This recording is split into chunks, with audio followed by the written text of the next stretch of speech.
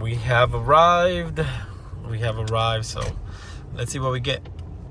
All right, so we got there and the guy said that I have to go to another location where they have the key, and then I have to go back over there to get the car where they have them stored. So things like this happen, like they're all over the place. So anyway, let's keep going. So let's go grab the key.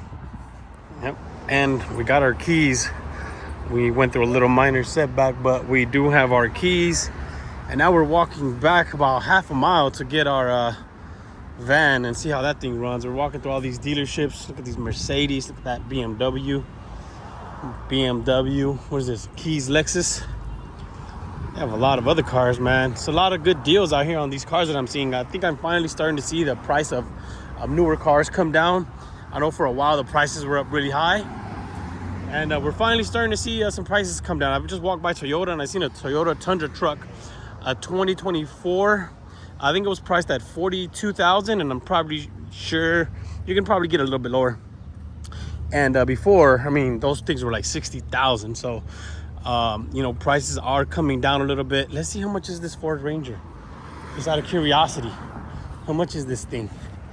Nice truck. Just how much is $38,000 for a brand new 2025 Chevy Colorado.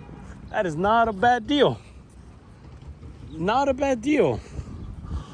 Again, I think the prices of cars are starting to come down, and hopefully that's good for me if you sell cars, because we buy most of the trade-ins. So that's a good sign of the market. All right, we're about a block away to get this van, and we'll keep going. So the way most of these dealers do it, I'm not sure if they all pitch in on it or what, but they usually get a big old parking place like this, and it's pretty much like the last 2 floors is full of all dealer trade-ins. And you just got to pretty much go in there and find the car. Usually it's like the 3rd or 4th floor. So we're gonna head up there, find the car, and then we'll get back to the video. All right, so as you can see, we made it. You can see all these cars looks like maybe are mainly Dodge, Jeeps, and Rams. So it's kind of where they keep their extra cars. But check this out, man. This Rubicon here is priced at $132,000. Did you guys pay $142,000 for a Jeep? Let me know.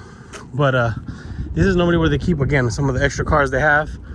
This is where they bring the older trade-ins, obviously, that they don't keep on the lot.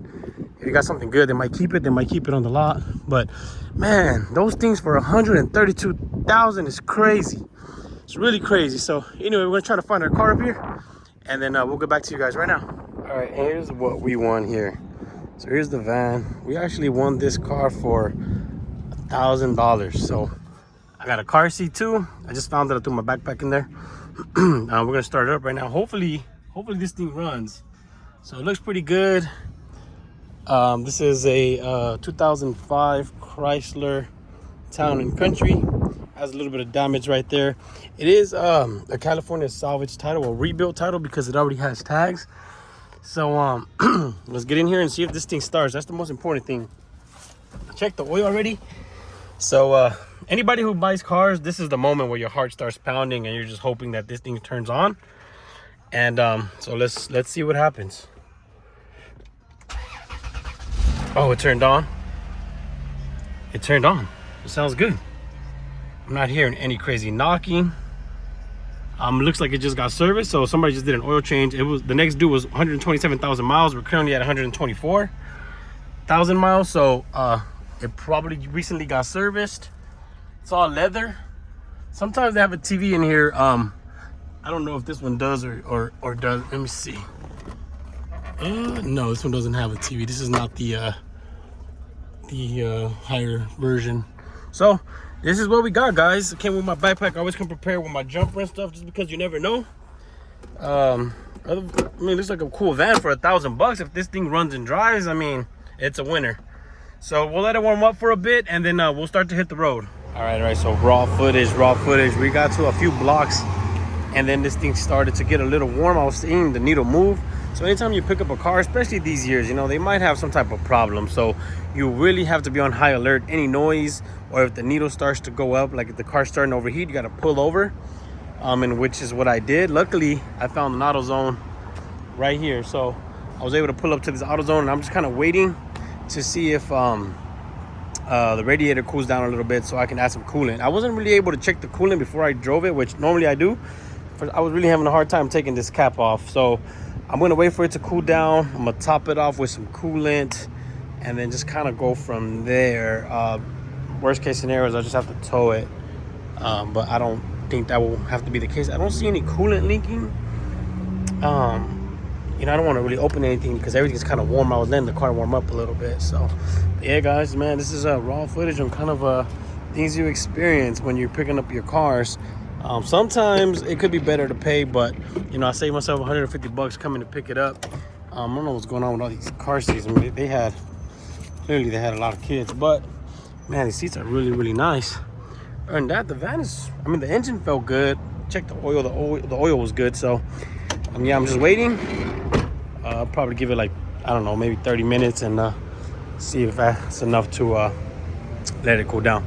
But anyway, that's another thing you got to look out for, man, when you're getting these dealer trade-ins. And almost any car at auction is a dealer trade-in, unless you buy like from an insurance auction. But these are traded in either because people don't want their payment anymore, or people just, you know, they have problems with their car that they don't want to deal with. And then, you know, we're kind of stuck to kind of get them back right for the next customer. So let's see what happens. Let's add some coolant here, and hopefully we can get back on the road. All right, so after adding coolant to this thing, it didn't have anything. So we added about 1.5 gallons.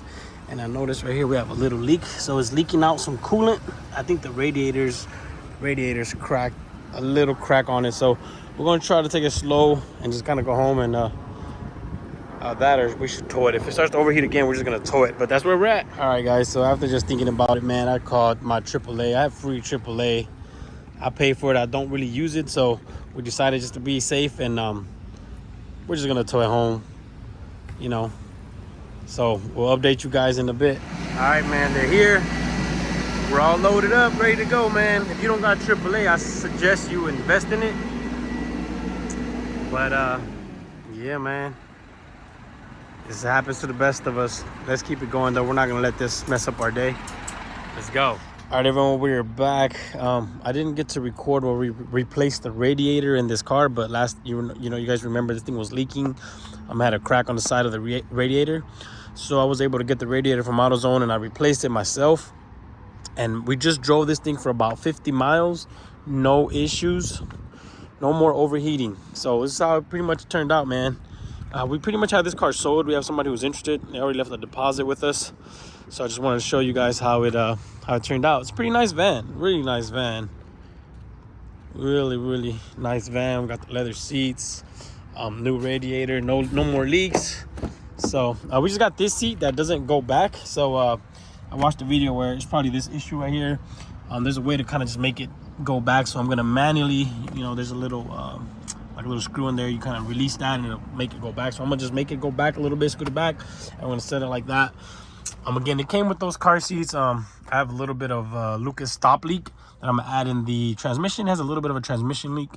Customer's aware, but it doesn't have any shifting issues. We've got it all the way up to 70 miles per hour on the freeway multiple times, and this thing is pretty much sold, guys. So yeah, this one turned out to be a decent car. I know we ran into some hiccups with the radiator. Thankfully, it was just the radiator, nothing else. And again, we already drove it about 100 miles. So all right, guys, so we'll see you guys on the next video, and comment below and let me know what you guys think about this one.